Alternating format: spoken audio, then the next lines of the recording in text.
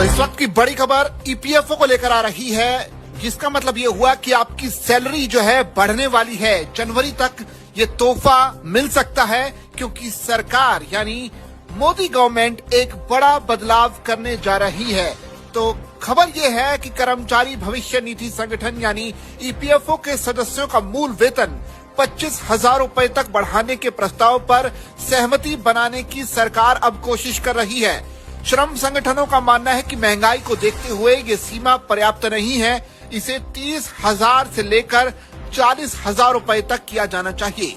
EPFO और ESI की वेतन सीमा को एक समान करने की मांग भी उठी है, लेकिन नियोक्ताओं की असहमति के कारण अभी तक कोई फैसला इस पर नहीं हो पाया है।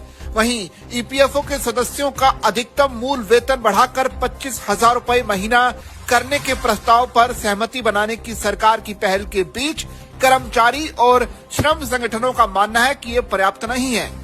महंगाई की वर्तमान दर और कुशल श्रमिकों के वेतन में हुई बढ़ोतरी को देखते हुए ईपीएफओ और ईएसआई दोनों की अधिकतम वेतन सीमा बढ़ाकर कम से कम 30 से लेकर 40,000 रुपए महीना की जानी चाहिए। श्रम संगठनों का दावा है कि सरकार की ओर से इस दिशा में काफी पॉजिटिव कदम उठाने का आश्वासन दिया गया है, मगर नियोक्ताओं के सहमत नहीं होने की वजह से कोई भी निर्णायक फैसला नहीं हो पा रहा है।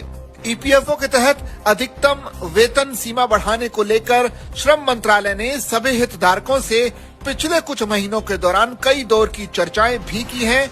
इस चर्चाओं में अधिकतम वेतन बढ़ाने की मांग पर सैद्धांतिक सहमति सभी पक्षों की है, मगर इसे 30 से लेकर 40,000 रुपए के बीच करने पर सहमति नहीं बन पाई है। श्रम मंत्रालय के मध्य मार्ग का जो फॉर्मूला है उसे निकालकर 15,000 की अधिकतम सीमा को बढ़ाकर 25,000 रुपए महीना करने के प्रस्ताव पर अभी विचार किया जा रहा है। मंत्रालय के अधिकारियों ने संकेत दिए हैं कि ईपीएफओ की ट्रस्टी बोर्ड की अगले साल जनवरी में होने वाली बैठक में इसे मंजूरी दिए जाने की संभावना है।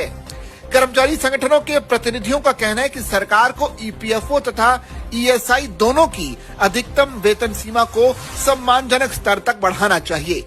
हालांकि श्रमिकों के बड़े संगठन all India trade union Congress के महासचिव अमरजीत कौर का कहना है कि ईपीएफओ तथा ईएसआई दोनों की वेतन सीमा में बढ़ोतरी कर इसे एक समान करना चाहिए।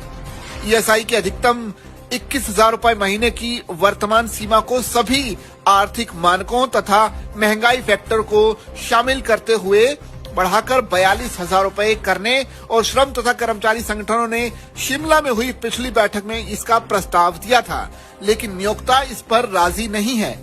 लिहाजा श्रम मंत्री मनसुख मंडाविया से बीच का रास्ता निकालने का अनुरोध किया गया, लेकिन अभी तक कोई फैसला नहीं लिया जा सका है। इसका पूरा दारोमदार अब श्रम मंत्री पर है। यानी अगर सरकार चाहे तो इस सीमा को बढ़ाकर 30,000 से लेकर 40,000 तक कर सकती है, लेकिन जो एम्प्लॉयर्स हैं यानी कंपनीज हैं वो इस पर राजी नहीं है। हालांकि सरकार ने ये जरूर संकेत दिया है कि जो सीमा है पहले से बढ़ाई जाएगी और उसे 25,000 रुपए महीना की करा जाएगा। तो ऐसे में मान सकते हैं कि जनवरी तक इस पर फाइनल मुहर लगेगी, और इसका मतलब ये हुआ कि जनवरी तक जो मिनिमम सैलरी है उसे बढ़ना उसका तय माना जा रहा है। इस पूरी खबर पर आपकी क्या राय है, आप कमेंट करके हमें जरूर बताइए, और ऐसी खबरों के लिए बने रहिए जागरण बिजनेस के साथ।